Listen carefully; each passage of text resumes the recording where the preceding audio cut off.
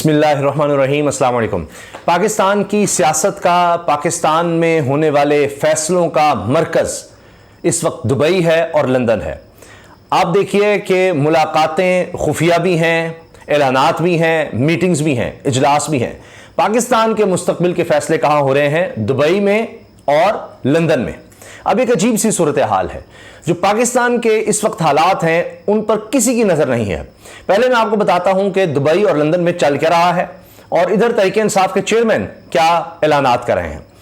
पहली चीज ये कि ये खबर आई और जियो पर लगी हुई है कि जनाब निगरान वज़ीर आला मोहसिन नकवी गए अयादत के लिए आसिफ अली जरदारी की, जिनकी आंख का ऑपरेशन हुआ और वो कोई कामयाब ऑपरेशन हुआ है। अब वो ठीक है, वहीं रह रहे हैं।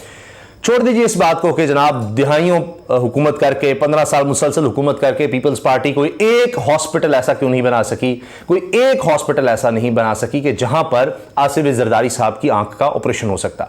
दीगर भी उनको कोई भी मसाइल हो, तो ये तो उनकी गवर्नेंस का हाल है। वहां पर क्यों बुलाया गया मोहसिन नकवी को?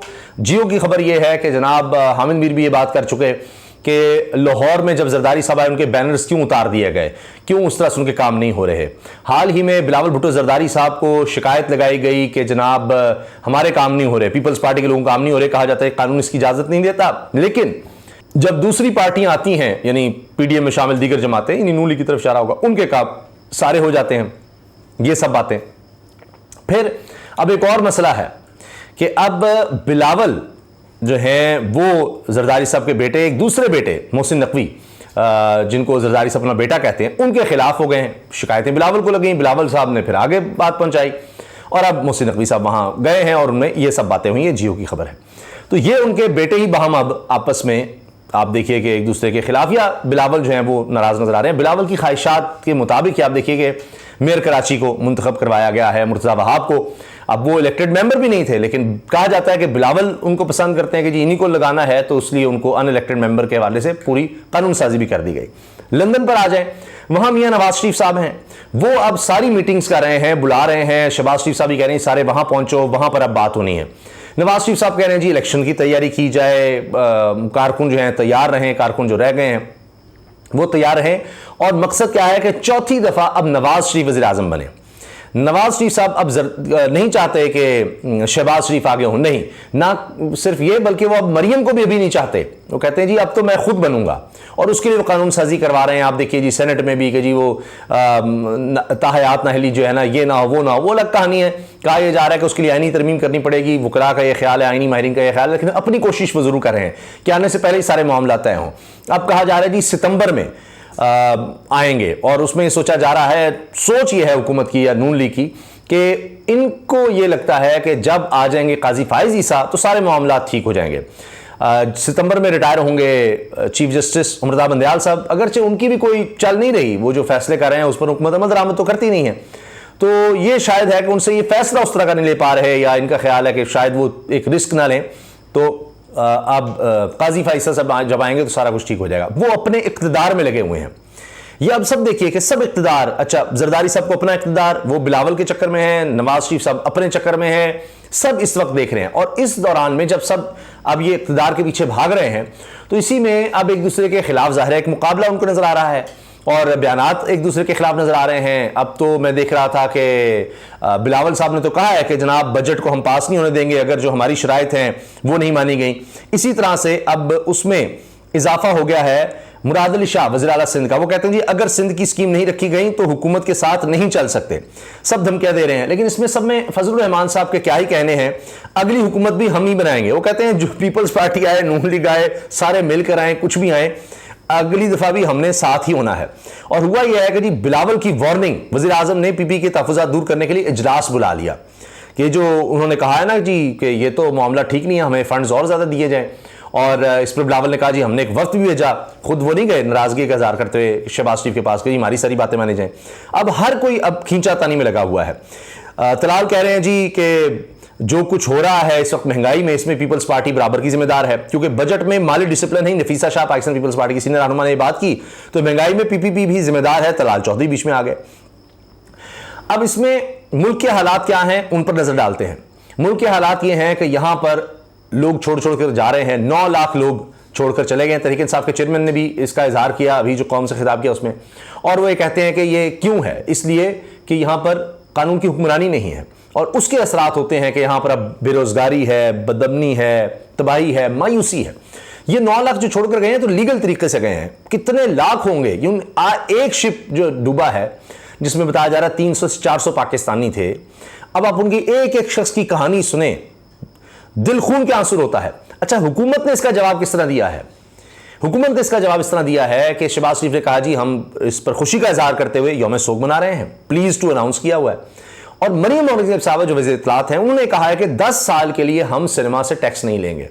यह है, यानी जिस दिन ये खबर आ रही है मीडिया पर ये सारा कुछ चल रहा है तो उन्होंने कहा है कि मीडिया ही कुछ ला रहा है। आप इस तरफ तवज्जो दें कि हमने सिनेमा हाउसेस को 10 साल के लिए टैक्स फ्री कर दिया है, तो ताकि लोग इस तरह की ट्रेजेडीज, इस तरह के सानेहात, इस तरह के अलमिये हादसात की तरफ ना जाएं, वो सिनेमा जाएं, वो जाकर फिल्में देखें, वो देखें और वहां पर जो हुकूमती पेड इश्तिहारात हैं उनको देखें जाकर कि हमारी कारकर्दगी क्या है, हम बड़े जबरदस्त हैं, हम कमाल हैं। और हमारे जो मुखालिफिन हैं उनको हम किस तरह उनके खिलाफ इश्तिहार चला रहे हैं सरकारी तौर पर, वो जाकर देखें। यह है हुकूमत की प्रायोरिटीज। दुबई में, लंदन में मुलाकातें और यहां पर इक़्तिदार की खिचड़ी, और उसके लिए अवाम कोई कहीं काउंट नहीं करते, क्योंकि बिलावल ने कह दिया है कि जिस तरह हमने कराची का इलेक्शन जीता है मेयर का, इसी तरह हम पूरे पाकिस्तान से जीत जाएंगे। बाकी आप देख ही रहे हैं कि FIA को इसलिए नहीं इस्तेमाल किया जाएगा कि जी ह्यूमन स्मगलिंग में, क्योंकि वो तो इदारे मुलव्वस होते हैं। इसके बगैर आपका ख्याल है सैकड़ों लोग जा रहे हैं, किसी को नहीं पता लग रहा वो किस तरह जा रहे हैं मुल्क से, किन समुद्री हदूद को इस्तेमाल कर रहे हैं, क्या हो रहा है। यानी यहां पर हर चीज डिटेक्ट हो रही है, फोन स्टेप हो रहे हैं, सब कुछ हो रहा है, जजेस की गुफ्तगू हो रही है, सदर पाकिस्तान की गुफ्तगू का पता लग सकता है, बड़े बड़े लोगों की गुफ्तगू का पता लग सकता है क्या बात कर रहे हैं, लेकिन स्मगलर्स क्या बात कर रहे हैं वो नहीं आपको पता लग सकता, क्योंकि उसमें इदारे मुलव्वस होंगे, बहुत पैसा, अरबों रुपया इसमें बनाया जाता है। इस पर अब बात की जा रही है। यहां तो यह हो रहा है कि मैं आपसे क्या अर्ज करूं कि अब इंटरनेशनल एजेंसीज के लिए काम करने वाले, खबरसां एजेंसीज के लिए काम करने वाले लोग वो ये निशानदेही करें, क्योंकि लोकल तो बेचारे करेंगे तो पता नहीं उनके साथ क्या होगा। इस्लामुद्दीन साजिद साहब हैं जी, ये टर्किश इंटरनेशनल एजेंसीज के लिए काम करते हैं और बड़े सीनियर सहाफी हैं। ये लिख रहे हैं, कल डेरा इस्माइल खान के एक बंदे को सुन रहा था, बता रहे थे वहां एक बाईपास बन रहा है, पिछली हुकूमत इसको 60 करोड़ में बना रहा था। मौलाना मोहतरम के बेटे ने रिवाइज प्रोजेक्ट के नाम पर 3 अरब 66 करोड़ तक बात पहुंचाई। सोच लें, जो सड़क 60 करोड़ में बन सकती है उस पर यह बाकी 3 अरब किसकी जेब में जाकर पड़ेगा ये जनाब। क्योंकि अब यह चीज शेयर की है तैमूर अली खान मोहम्मद ने कि फजलुर रहमान साहब जो हैं वो तो अब मीटिंग्स भी, सरकारी मीटिंग्स भी शेयर कर रहे हैं कि किस तरह से डेवलपमेंट का काम और ये सब क्या होगा। बाकी जनाब इस वक्त मईशत का तो बुरा हाल है, उसका हम आपसे क्या तस्करा करें। अब तो साबिक गवर्नर जो हैं स्टेट बैंक के रजा बाकिर, उन्होंने कहा कि जी पाकिस्तान डिफ़ॉल्ट की तरफ बढ़ता चला जा रहा है और जिस तरह से हुकूमत मामलात को चलाना चाह रही है उसमें तो सिर्फ बर्बादी है। अच्छा, अब ये हो रहा है कि साफ़ी भी इस बारे में आगाह कर रहे हैं कि ये जिस तरह से हुकूमत मामलात को चलाने की कोशिश कर रही है ये तबाही है।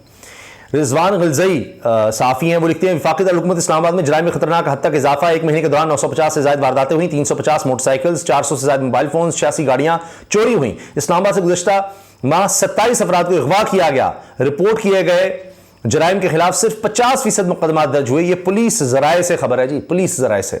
तो अब इंसान किस चीज़ का नोहा यहां पर करे। अच्छा, अब इस पर शेख रशीद साहब मौजूदा हालात पे कह रहे हैं सियासी खिचड़ी कैसे बन रही है इसका अंदाजा लगाना आसान काम नहीं है। कुछ कोई नहीं कह सकता कि पता नहीं क्या बनेगा क्या नहीं बनेगा, हालात अजीब व गरीब हैं, बुरी सूरत हाल है। यूटिलिटी स्टोर्स पर सस्ते आटे का बहरान बरकरार, शहरियों की तजलील। दालें जो है ओपन मार्केट से भी ज्यादा महंगी हो चुकी हैं जी यहाँ पर यूटिलिटी स्टोर्स पर। बजट इख्तलाफात, नून लीग और पीपल्स पार्टी में मुज़ाकरात होंगे जनाब।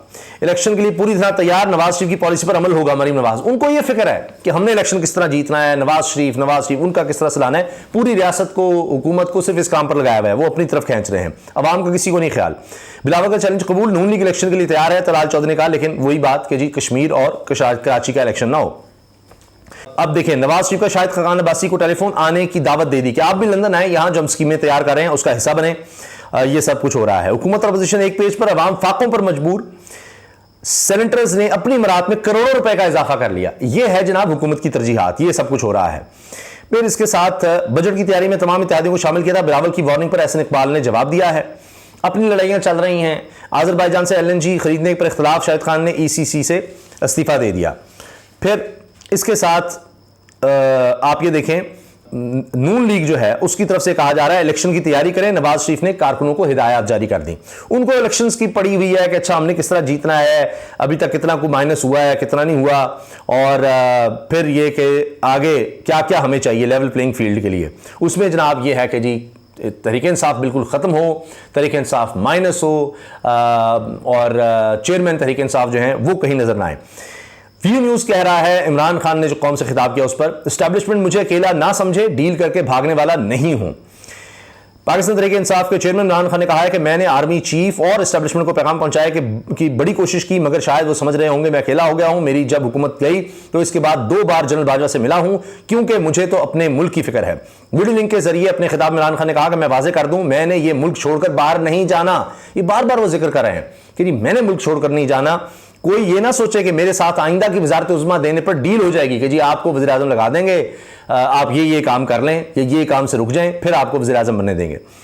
तो ये नहीं होगा। याद रखें, मैं तो हकीकी आज़ादी के लिए जिद्दोजहद कर रहा हूं। इन्होंने कहा कि पीर को अदालत में पेश होने के लिए जा रहा हूं, अगर जमानत मुस्तरद हो गई तो जेल चला जाऊंगा। मेरी कौम अपनी आज़ादी के लिए जिद्दोजहद करे, पुराना एहतजाज हमारा हक है, इसलिए मेरी कौम तैयार है, क्योंकि इनका ख्याल है कि अब इमरान खान को गिरफ्तार करेंगे तो कोई बाहर नहीं निकलेगा। इस वक्त जुडिशरी पर बहुत ज्यादा प्रेशर है। जो जज मर्जी का फैसला नहीं करता, इस पर अरसा हाथ तंग किया जा रहा है। इमरान खान ने मीडिया हाउस से सवाल करते हुए कहा कि अब आज़ादी सहाफ़त के लिए जिद्दोजहद क्यों नहीं की जा रही।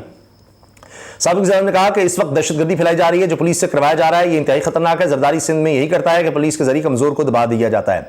इमरान खान ने कहा कि इस वक्त एक ही प्लानिंग है कि तहरीक इंसाफ इक़्तिदार में नहीं आने देना। ये कमजोर हुकूमत बनाना चाहते हैं ताकि इसको कंट्रोल किया जा सके। साबिक वज़ीर ने कहा कि जिस तरफ हम जा रहे हैं हमारा कोई मुस्तकबिल नहीं, मैं जेल जाने समेत हर कुर्बानी के लिए तैयार हूं, कश्तियां जला चुका हूं और हकीकी आज़ादी की जिद्दोजहद जारी रहेगी। इमरान खान का कहना था कि इस वक्त मेरी कौम को बहुत बड़ा इम्तिहान है।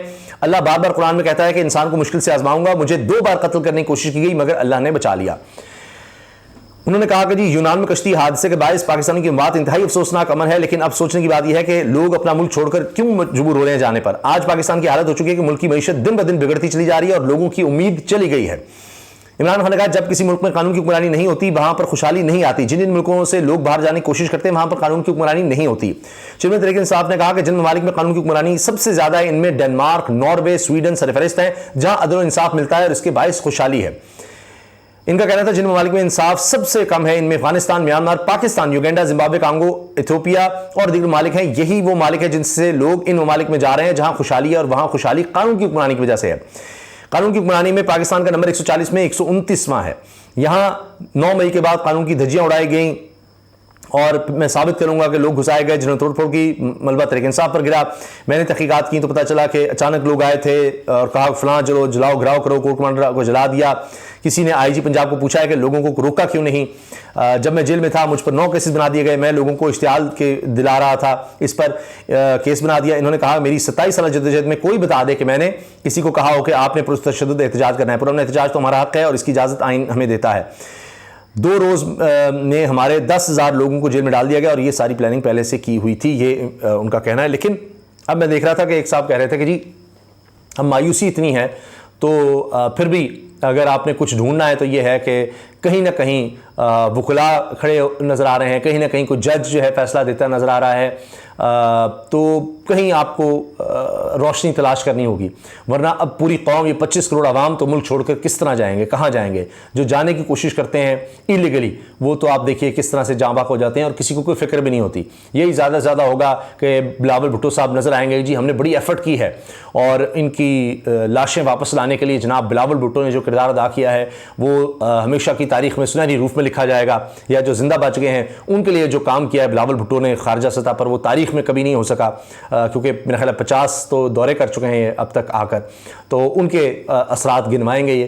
खारजा सतह पर वो होगा, राना सनाउल्लाह इंटीरियर सतह पर दिखाएंगे जी हमने ये बंदा पकड़ लिया, वो पकड़ लिया। अब पता नहीं उसको भी प्रेस कॉन्फ्रेंस के बाद शायद छोड़ दिया जाएगा या कहा जाएगा कि जी वो भी कहीं तहरीक इंसाफ के चेयरमैन की वजह से सारा कुछ हुआ है, और इसमें कोई बात नहीं कि वो भी इस तरह से हुकूमत जो है ये सारे मामला करने की कोशिश करे।